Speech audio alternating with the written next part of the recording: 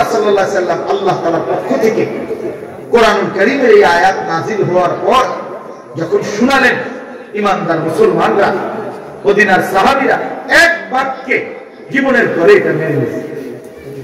ঈমানদার তাকেই বলে যে আল্লাহর কথা প্রথম বাক্যেই মেনে নেবে, রাসূলের কথা বিনা শর্তে মেনে নেবে, এটাকেই মুমিন বলে। আসলে কোরআন শরীফে আছে, যেদিন মদের চূড়ান্ত হারাম আয়াত নাযিল হয়েছে, মদ আল্লাহ তাআলা মদ জুয়া হারাম করে দিয়েছেন, তো ওইখানে কোরআন শরীফে আছে আল্লাহ তাআলা বলছেন, ফাহাল আনতুম মুনতাহুন, হে আমার ঈমানদার বান্দা, আমি তো মদ জুয়া হারাম করে দিলাম, এখন তোমাদের কাছে শুনতে চাচ্ছি তোমরা কি এর থেকে বিরত হবে?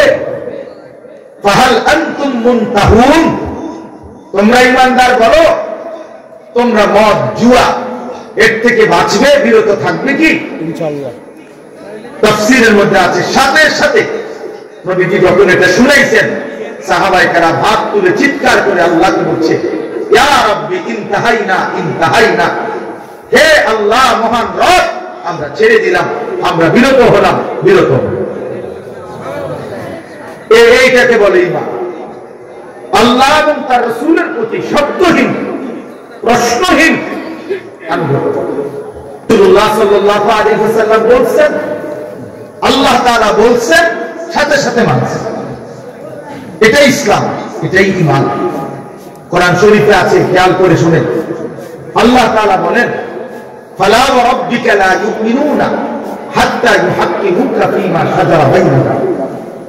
আল্লাহ তাআলা বলেন, নবী, আমি আল্লাহ কসম করে বলতেছি, আল্লাহ নিজের জাতের কসম করে বলছি, বন্ধু, আমি আমার কসম, কোন ব্যক্তি আপনার ফয়সালাকে যদি মেনে না নেয়, লা ইউমিনুনা, সে ঈমানদার হবে না।